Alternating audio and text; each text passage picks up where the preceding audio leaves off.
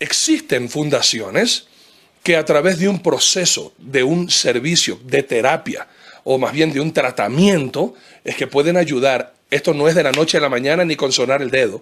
Esto es un tratamiento que puede durar hasta 2 o 3 años para que un hombre o una mujer que se ha desviado sexualmente vuelva a encontrar su identidad.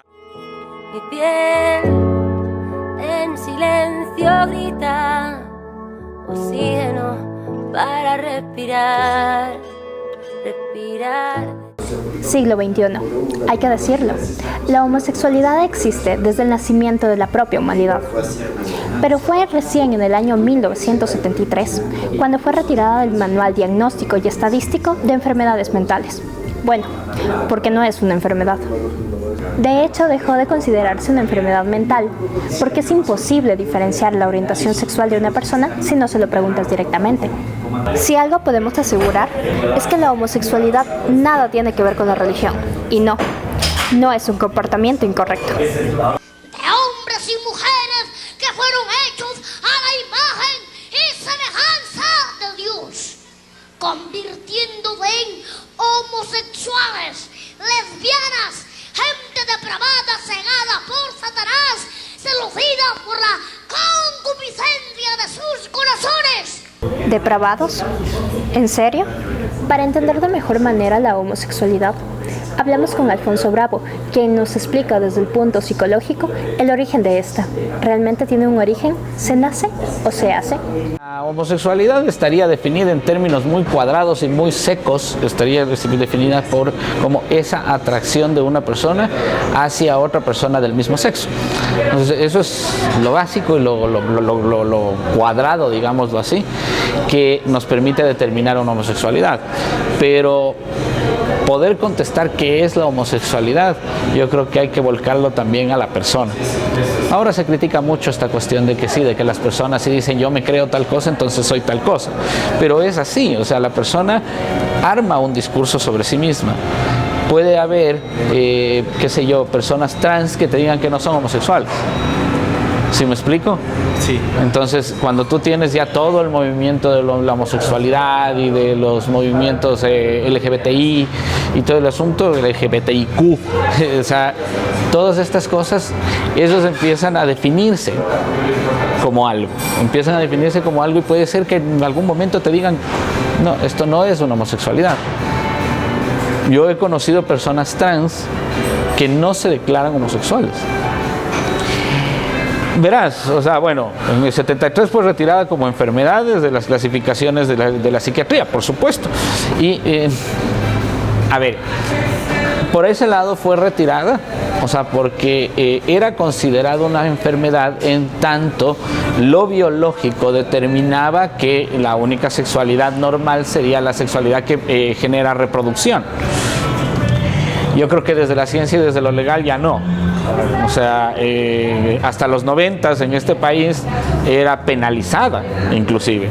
O sea, no hablemos solamente de la enfermedad, hablemos también de la penalización de la homosexualidad. Era penalizada, era un delito la homosexualidad. Entonces, ¿por qué sucede eso? Para hablarte un poco más ya desde el plano psicológico, o sea, yo creo que tenemos que entender que todos los seres humanos tenemos una angustia hacia lo diferente, hacia aquello que pone en amenaza la construcción que nosotros hemos tenido como sujetos, como cultura, qué sé yo, o sea, yo tengo una educación familiar, mis padres me han dicho tales o cuales cosas y de repente yo salgo al mundo y me doy cuenta que no todo es así, que no todo es como me dijeron mis padres y me genera angustia. Y como mecanismo de defensa, inclusive la sociedad empieza a generar reacciones que pueden ser violentas. En el caso de la homosexualidad tenemos muchas reacciones violentas, ¿no? Hablemos del caso de Ecuador. La homosexualidad dejó de ser un delito en 1997. Sin embargo, aún existen las clínicas de reorientación sexual, también conocidas como clínicas de deshomosexualización, donde se realizan torturas físicas y psicológicas para reajustar las conductas desviadas. Bueno, Si creen que estamos exagerando o lo estamos inventando, no es así. Hablamos con Paola Paredes, quien nos cuenta su experiencia durante una investigación a fondo sobre las clínicas de tortura en el Ecuador. Yo tuve que tomar una decisión de decir qué tan violenta hago estas imágenes. Y tuve la decisión de hacerlas violentas porque es lo que pasa, no era exagerando, yo no estoy inventándome, no se exagera absolutamente nada. Todo lo que tú ves en las fotografías es narrado en los testimonios de estas chicas. Todos los testimonios en su esencia son muy parecidos, ¿no? De lo que viven las personas que han sido metidas en las clínicas de deshomosexualización. Varían ciertas cosas, como tal vez tipo de métodos de tortura emocional o psicológica, pero casi todas son igual en su ideología. Las clínicas de deshomosexualización, por lo general, yo diría en casi mayoría de los casos, llegan a través de sus familias.